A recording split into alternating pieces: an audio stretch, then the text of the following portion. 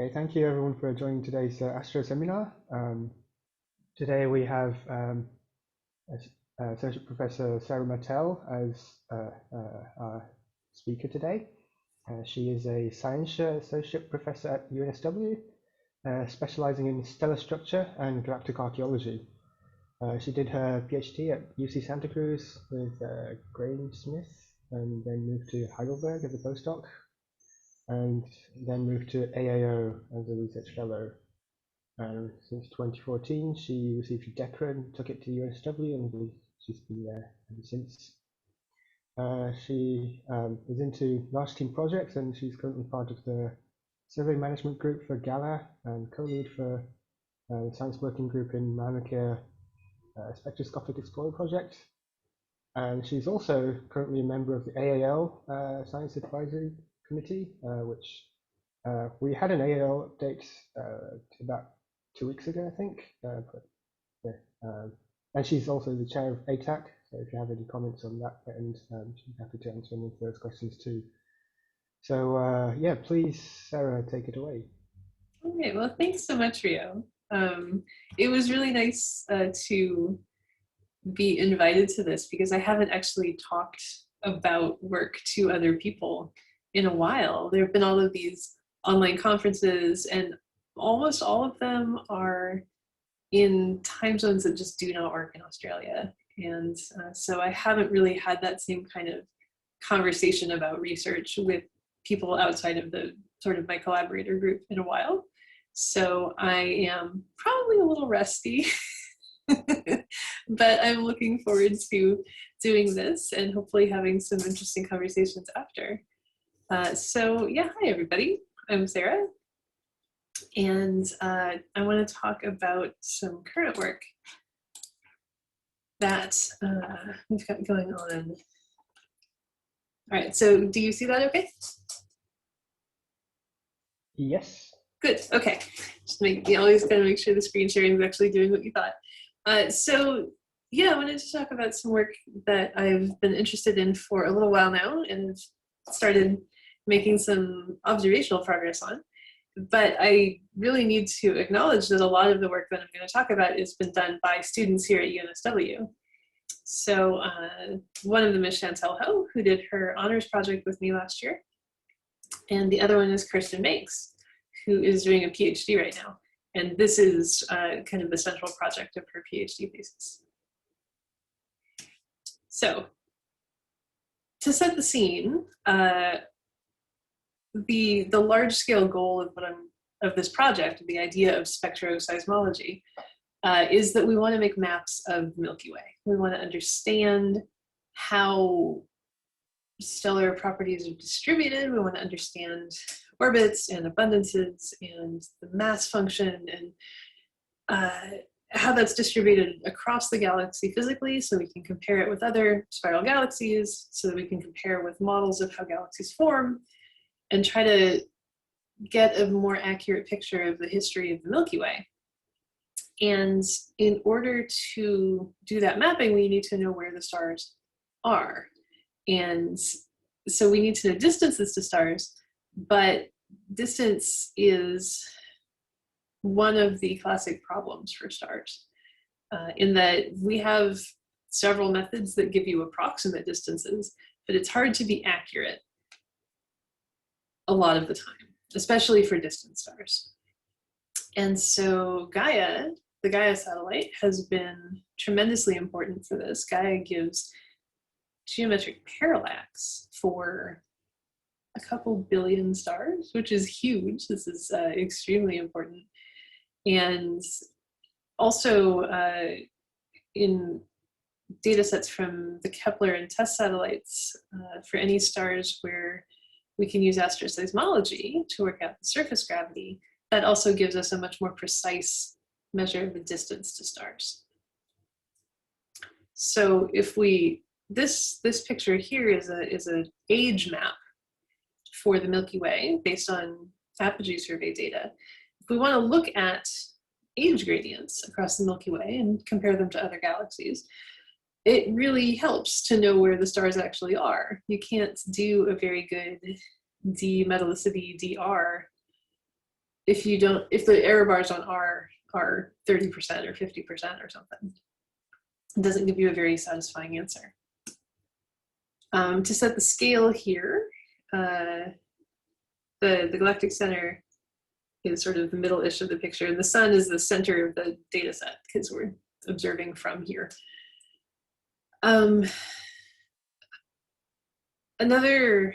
So that was if we wanted to map ages for stars. If we wanted to look at kinematics, it's a very similar problem. This is from a paper published on Gaia data, looking at the velocities of individual stars and sort of velocity fields in the disk of the galaxy.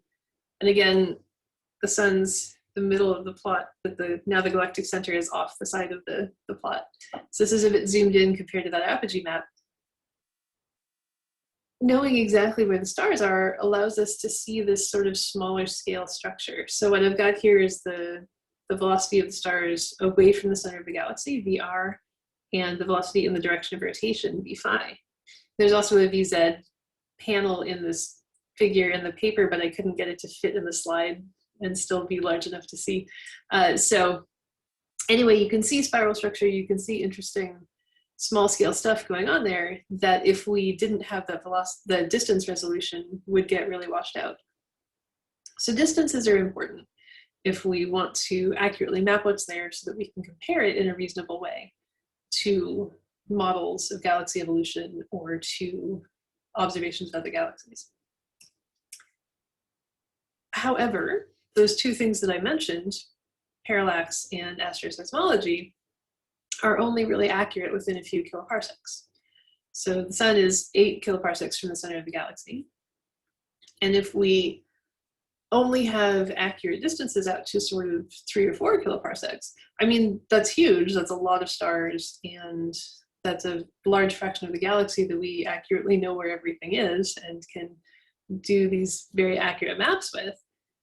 But it's not going to get us all the way to the center of the galaxy. It's not going to get us to the outer edge of the disk. There will still be lots of information that we don't have.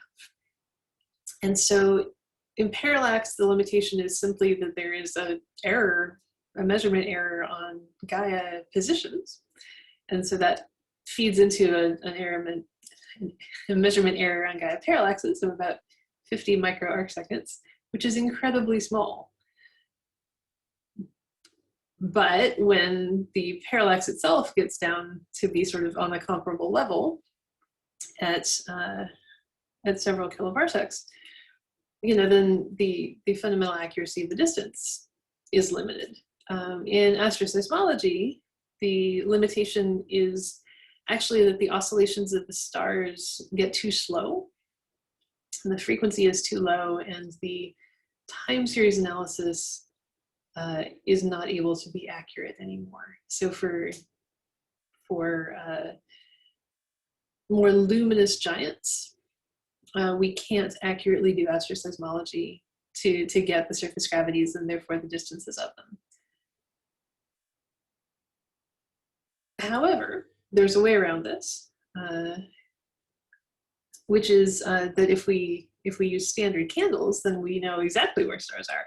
And so most stars are not standard candles. Most stars, we can't look at the type of star and know exactly what its luminosity is. But there are some exceptions to that rule. So red clump stars are an exception. They are a particular phase of stellar evolution in which the star has been on the main sequence and it has left the main sequence and been a red giant, and then it has ignited helium fusion in the core, and it has come sort of back down and left in this observational space, and it's now a helium core burning.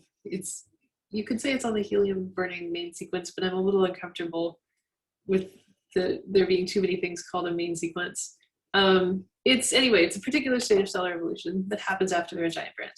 And the stars stay there for a while, and they all tend to have the same luminosity, which is an effect of the amount of mass needed to ignite helium fusion having a lower limit. And so if we know stars are red clump stars, and then we know the intrinsic luminosity of them, and we know how apparently bright they are, that tells us pretty accurately how far away they are. The trick is that there are lots of observationally similar stars that are not standard candles. So the entire red giant branch is in a lot of ways observationally similar to the red clumps. So they're low gravity stars, they're fairly luminous, they're about the same, they're the same color in a lot of different photometric indices. And some of the red giant branch stars are the same luminosity as the red clump, but most of them are not, right? Most of them are more luminous or less luminous. And so if you mistakenly identify a red giant branch star as a red clump star, then you will be completely incorrect about its distance. And so if you try to use that in building your map of where things are in the galaxy and looking at your gradients of whatever property you're interested in, you will be wrong. And so the limitation in using red clump stars as standard candles is that we need to be very careful about being able to identify which stars are red clump stars very precisely, not have a lot of false positives in there that will add noise and, I would say, pollution, right? That would just add noise to the maps we want to make of stars that don't actually belong in that map. So astroseismology is a really key aspect to telling the difference between red clump stars and red giant branch stars. But to explain why that is, you have to kind of start from the beginning of what is astroseismology doing, what is it measuring, and what does that have to do with stellar structure? So what we're dealing with are what's called solar-like oscillations, which is to say that we have stars where the convection in the top layer of the star sets off resonant frequencies in the atmosphere and in the interior of the star. So the stars actually physically oscillate a little bit, and we can describe this as a series of spherical harmonics. So they've got quantum numbers, essentially, that are the number of nodes, oscillation nodes from the top pole, the rotation north to the rotation south, which is L, and the number of nodes in the oscillation as you go around azimuthally, which is M. And so lots of these frequencies get excited at the same time. Stars are, for this purpose, an ideal gas. And so the sound speed and the radial profile of the density will set what modes are possible and what the frequencies of those modes are in any given star. And so to see these oscillations, you can either look at the velocity of the star, because the surface is actually moving out and in as it oscillates, and you can see that in a velocity time series measurement, or the brightness of the star, because as it expands, it gets a little bit cooler, it gets a little bit brighter because it's bigger, and as it shrinks, it gets a little bit fainter. And so you can look at time series data of how bright stars with solar-like oscillations are, and you can read off what the dominant frequencies are. Specifically, you take a Fourier transform of it, you multiply that by itself to get a power density spectrum, and what you find is that there are particular frequencies where there's a lot of power. And there is a lot of really interesting analysis that goes on here, because this is everything about the internal structure of the star mapped through into sound speed and sort of plasma behavior. So there's a lot of really interesting science to be done here. We are simply going to use it rather than trying to, in this case, in this purpose, you know, I'm just using it as a tool rather than trying to understand everything about it. But astroseismology is absolutely a rich and wonderful research field. The two power spectra I've got here are for a red giant branch star on the top and a red clump star on the bottom. And so what's going on, the 102 labels are the L number, the L mode number for that particular oscillation mode. And you can see that they repeat over and over. And so those are the higher overtones of the same thing. But the difference, the key important difference between the two is that those L equals 1 modes are split into multiple sub peaks. And in the red giant branch star on top, those sub peaks are a little bit close together. And in the red clump star on the bottom, those sub peaks are spread further apart.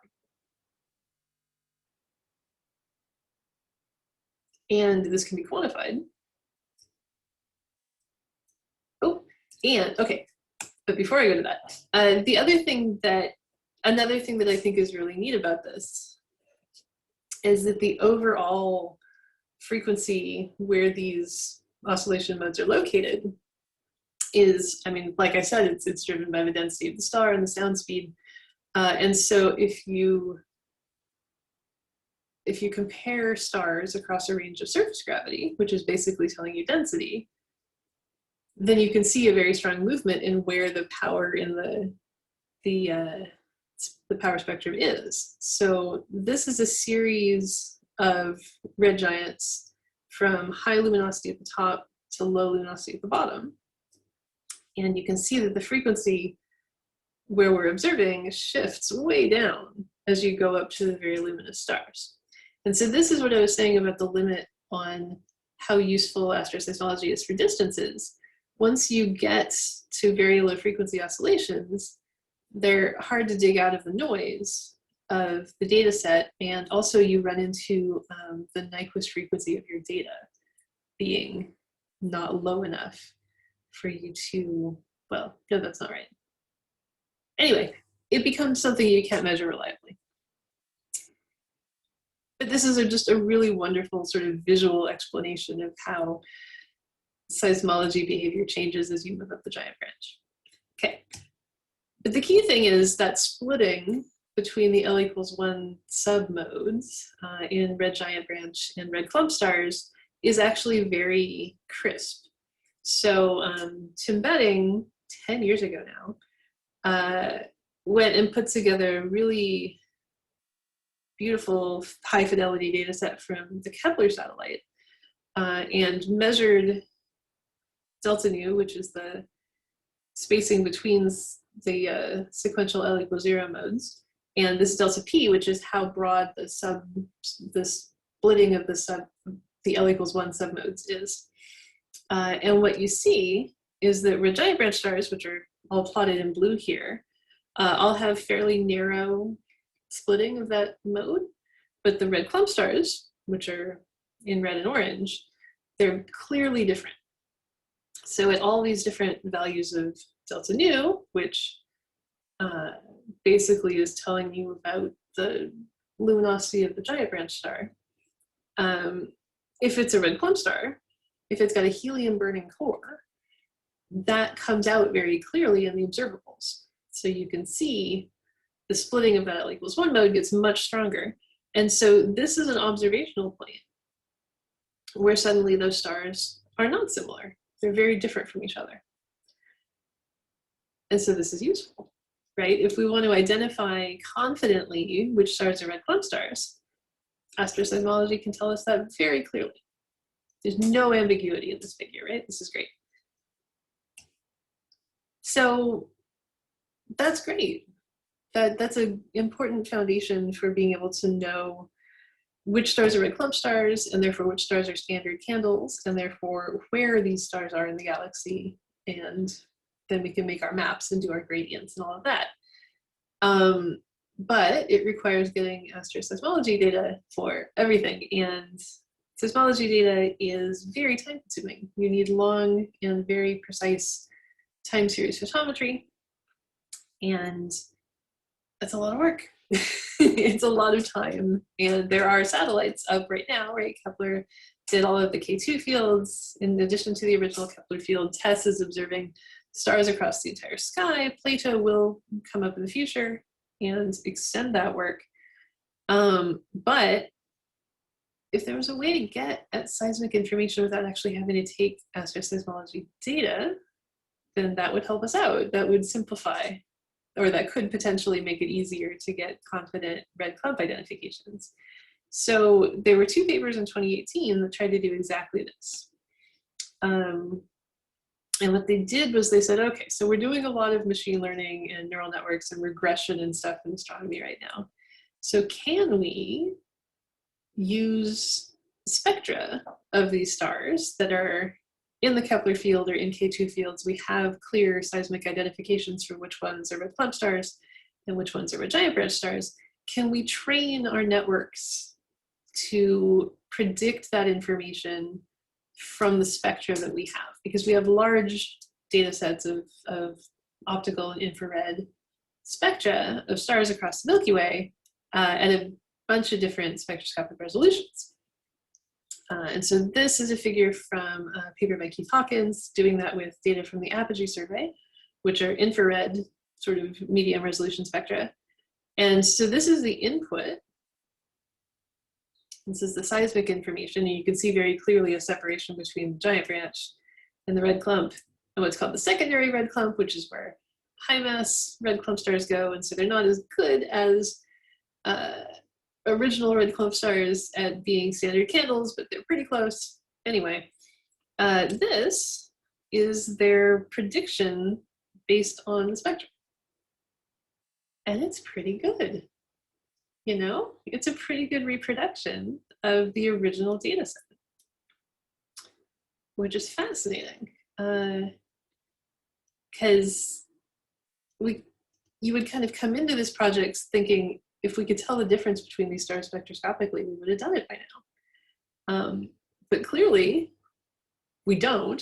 That's not sort of a typical thing you think of as being derivable from spectroscopy. But clearly it works. There's some information there. UNSW Ting did a very similar thing. Starting from apogee stars, where again, the seismic identifications of which ones were helium core burning stars and which ones were not were very clear, and then extending it using a neural network to extend that prediction power onto spectra from the LAMOST survey. So LAMOST is works at much lower resolution to much fainter limits, so it has a much larger data set in terms of where in the galaxy the stars are. And it has millions of stars, where Apogee has hundreds of thousands, Galah has hundreds of thousands, LAMOST has millions of stars. And so if you can get this to work, then the sort of horizon of the work you could do with it is so much bigger. And it works. Even with low resolution spectra, there's still information there that the neural network is using. It's a little hard to know what neural networks are actually doing, right? But it is able to reproduce pretty well the behavior in this plane of the red giant branch stars and the red clump stars being separate. And so you get a pretty accurate identification of what is going on in the core of the star from the spectrum. So this is great. Oh, yeah, and again, so you can see the giant branch and the red clump. So there's astroseismology information in the spectra somewhere. And this is interesting because it's not a thing that we had picked up on before. When we're doing analysis of spectra of evolved stars, it was not a thing that had been worked out before, that you can also say, oh, also from the spectra, I can tell this is a red clump star. It's doing helium burning in the core. So this is super promising. Spectroscopy is a lot faster than high fidelity astroseismology is. And we have large data sets that already exist. But you have to ask why, right? At least my compulsion here is to say, well, I feel like I should understand these stars, so why why is the surface aware of the condition of the core? Like, how is that connection made? What is the physics going on there? So in the paper by Keith Hawkins, they used a regression method called the canon, which fits coefficients to every pixel in the spectrum that are basically the sensitivity of that pixel to all of the different quantities that are involved in making the spectrum. So in their case, they used the temperature and the gravity, and the metallicity of the star, and these seismic parameters delta nu and delta p. And you can work out at every pixel, like, how important is that pixel to your eventual calculation of that property.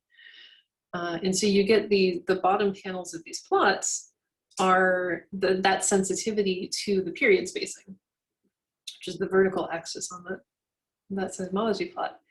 And what they found is that the biggest sensitivity, at least furthest from that line, that dashed line at 0, happens in association with CO, CN, C carbon features in the spectrum. And so those were doing the most work at driving the prediction of, is this a red clump star or a giant branch star? And so that's a clue. That's a big clue as to what's going on.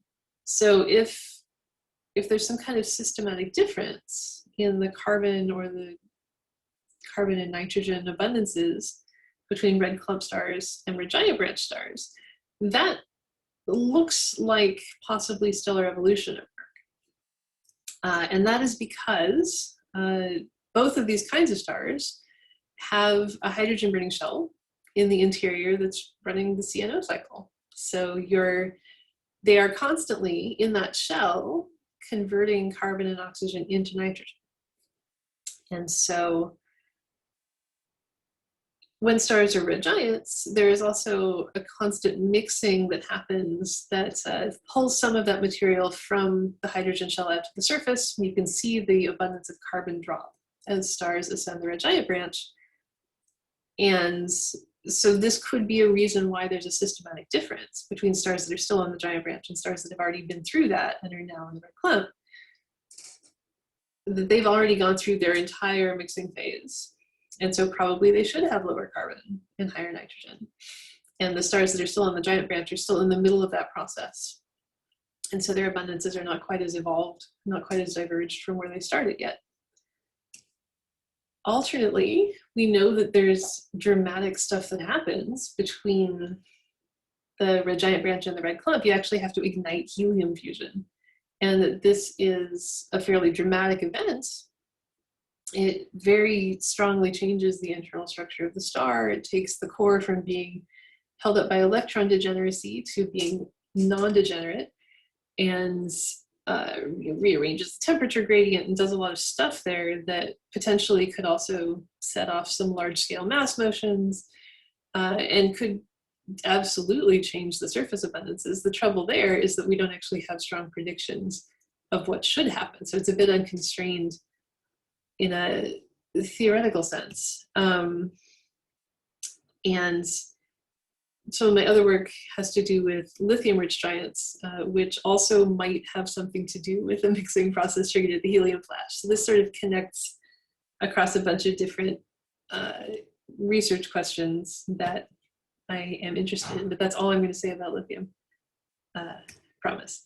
So what we want to do is figure out, like, can we tell if stellar evolution is the thing that's doing the work in making spectroscopic differences between helium core burning stars and degenerate helium core stars?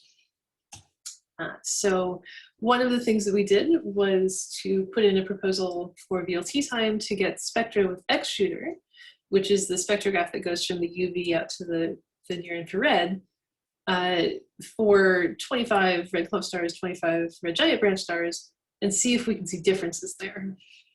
Our idea there was, APOGEE has 200 angstroms in the infrared at decently high resolution, and LAMOST has full optical coverage but at pretty low resolution. So can we do the whole spectrum at decently high resolution and figure out in that whole spectral range which features are useful? So do the same kind of analysis with the canon that Keith Hawkins did in looking at which pixels really contribute to the identification of which stars are which, but with all of that wavelength data. So that's in progress. This is 2 of our spectra, and the black one is a giant red star and the red one is a red clump star. And so this is not, at the level of detail where I can say that feature right there, that's the one that matters. But this is the type of data that we have. We have this full coverage from the UV all the way up to the near infrared. And Chantel has done all of the work in the reduction and the telluric corrections and the flux calibration, all this stuff for these stars. So we're just feeding them into the regression analysis now to see what happens. So I'm excited about that. The other observational way we're going after this is with a program at the AAT with the Veloce spectrograph. So Veloce is built to find planets. It's built to have a very precise radial velocity measurement capability. It has a spectral resolution of 80,000, which is overkill for this project, but it is ideal for expanding our data coverage in another dimension, which is we have that full coverage with X-Shooter, but the resolution is 10 or 20,000. So it's decent, but small features might get washed out or they might get blended together. And so there might be still some ambiguity in, is it really CN or is it this atomic line or, what's really going on there? So at the resolution of Veloce, we should be absolutely clear which features are which. And so Kirsten has been running an AAT program to collect spectra for 100 red clump stars, 100 red giant branch stars, that we know those are their classifications from K2 and from test data. And to get Veloce spectra with identical quality for all of those stars, and then do the same kind of analysis, figure out which features in the spectra are the ones that are carrying that information. So the outcome of that will be a very clear, hopefully, will be a very clear set of spectral features that matter for making this classification, which then should allow us to go back to why those spectral features matter, why they're different between stars that are still in the giant branch and stars that have core helium burning. Another thing that will happen, though, is that we will have these high resolution spectra of 200 stars that are in the Galah data set, but there are some elements that are not well measured in Galah. And so this will allow us to extend our abundance mapping capability from Galah by adding additional elements and additional aspects to that mapping. So if we can sort of predict if these 2 different mechanisms that I've already talked about, this deep mixing on the giant branch or this helium flash drama, we can make some predictions of what features should matter and what elements should be involved in the surface difference between red clump and red giant branch stars. If it's deep mixing, then the carbon abundance should be lower in the red clump stars and the nitrogen should be higher, because like I mentioned, the CNO cycle is operating, and that's what it does, is it converts carbon and oxygen into nitrogen. And it makes helium, and it makes energy, and it does a lot of things. But for these elements, it makes nitrogen, that's what it does. And that's all that it does. So there shouldn't be abundance differences for elements outside this particular fusion cycle that are involved in the spectroscopic difference between giant branch and red clump stars. And the effectiveness of that mixing is a function of the mass and the metallicity of the star. So it's a the ability of the star to mix material from way down in the hydrogen orbiting shell all the way out to the surface is very strongly controlled by the structure of the star, and that's very strongly controlled by the mass and the metallicity of the star. So we have theoretical expectations on this, we have empirical expectations on this. So we feel like we anticipate pretty well if deep mixing is the mechanism at work here, what that should look like in the data that we're taking now. It also should not have any differences above 2.2 solar masses because deep mixing does not happen in those stars. And red clump stars go up above that limit. And so looking at the abundances and the strengths of the features of those high mass red clump stars in particular should be very useful for understanding if this mechanism is involved. In addition, rotational might matter. So rotationally driven mixing might play a role in all of this, but it is very hard to figure out the rotation speeds of red giants because they tend to be quite slow because of conservation of angular momentum. As they get large, they slow down, and so it becomes a more difficult measurement to make. If, on the other hand, the helium flash is responsible, then there might be other elemental abundances that are involved.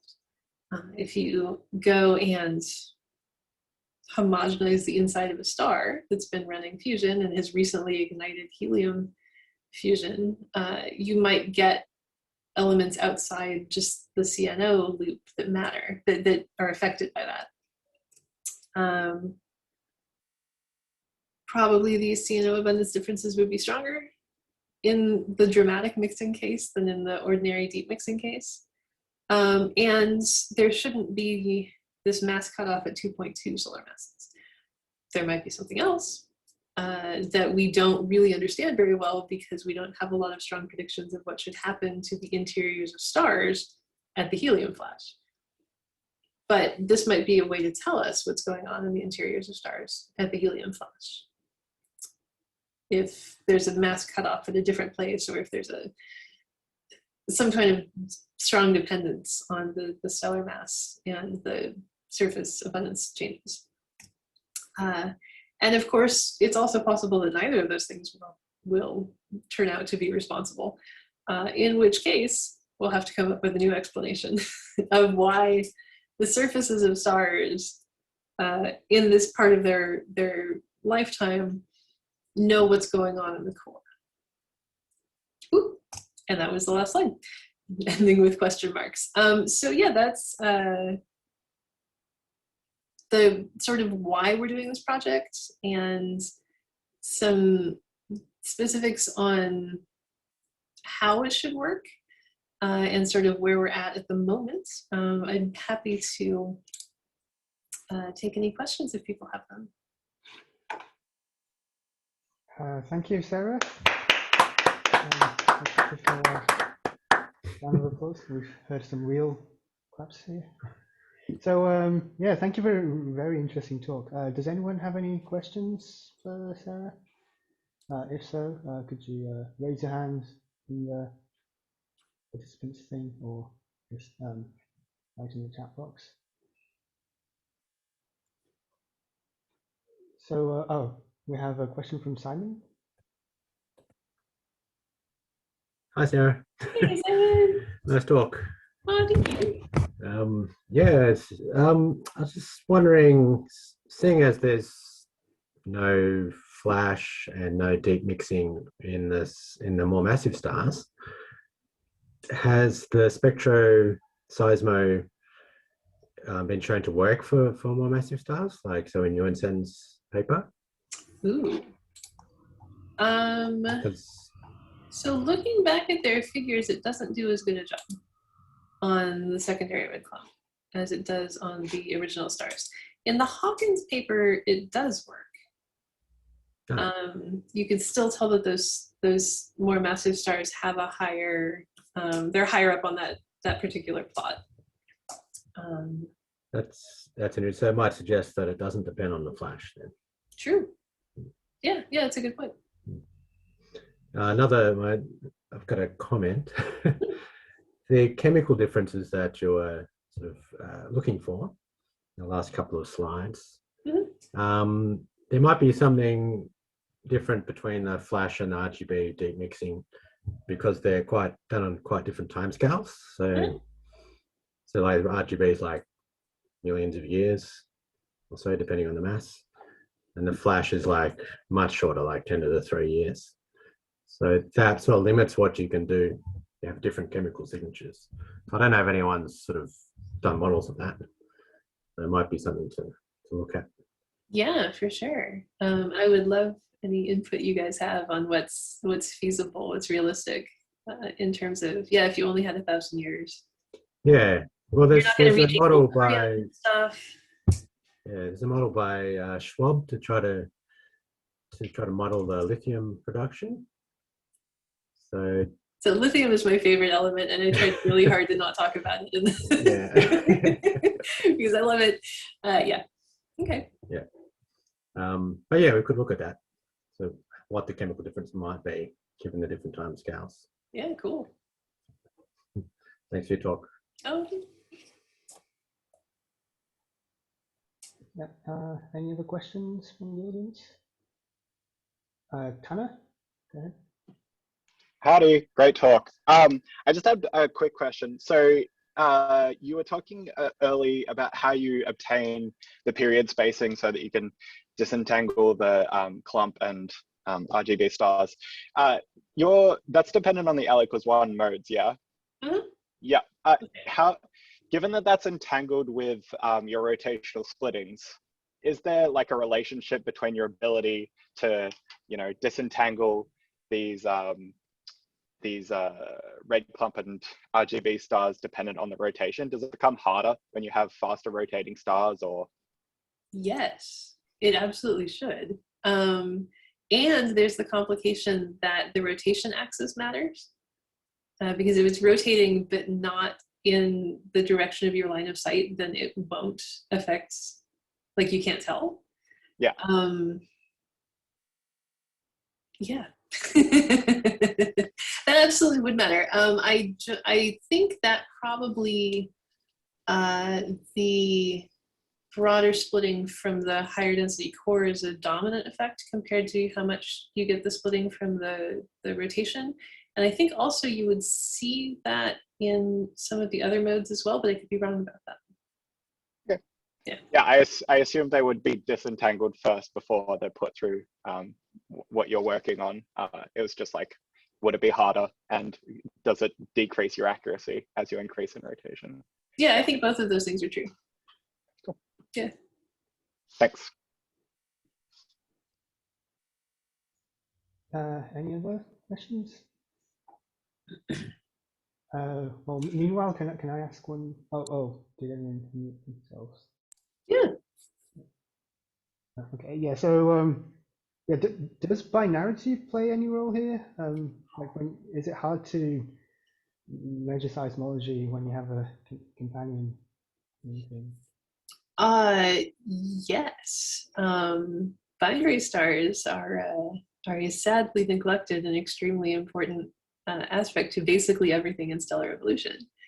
In the situation where the stars have similar luminosities, what you would actually see in the seismic data is both stars at the same time.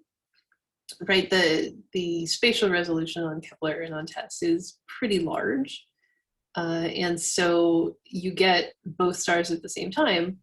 But because the sensitivity of the frequencies to the stellar mass is pretty strong, you can separate out the power spectra pretty cleanly from each other.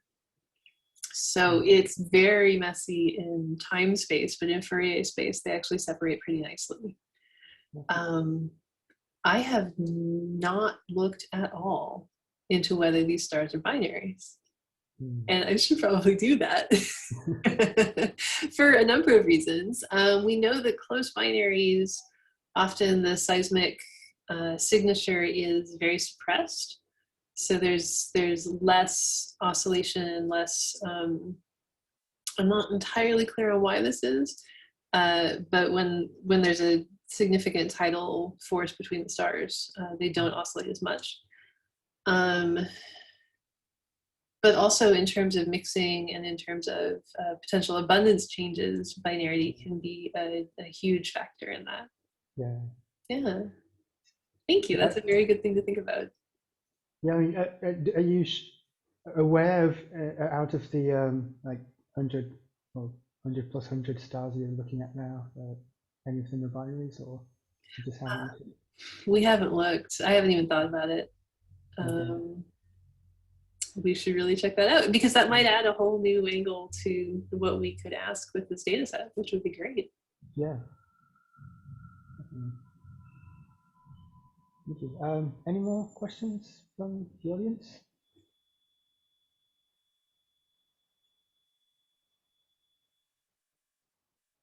I think you've explained so clearly, everyone.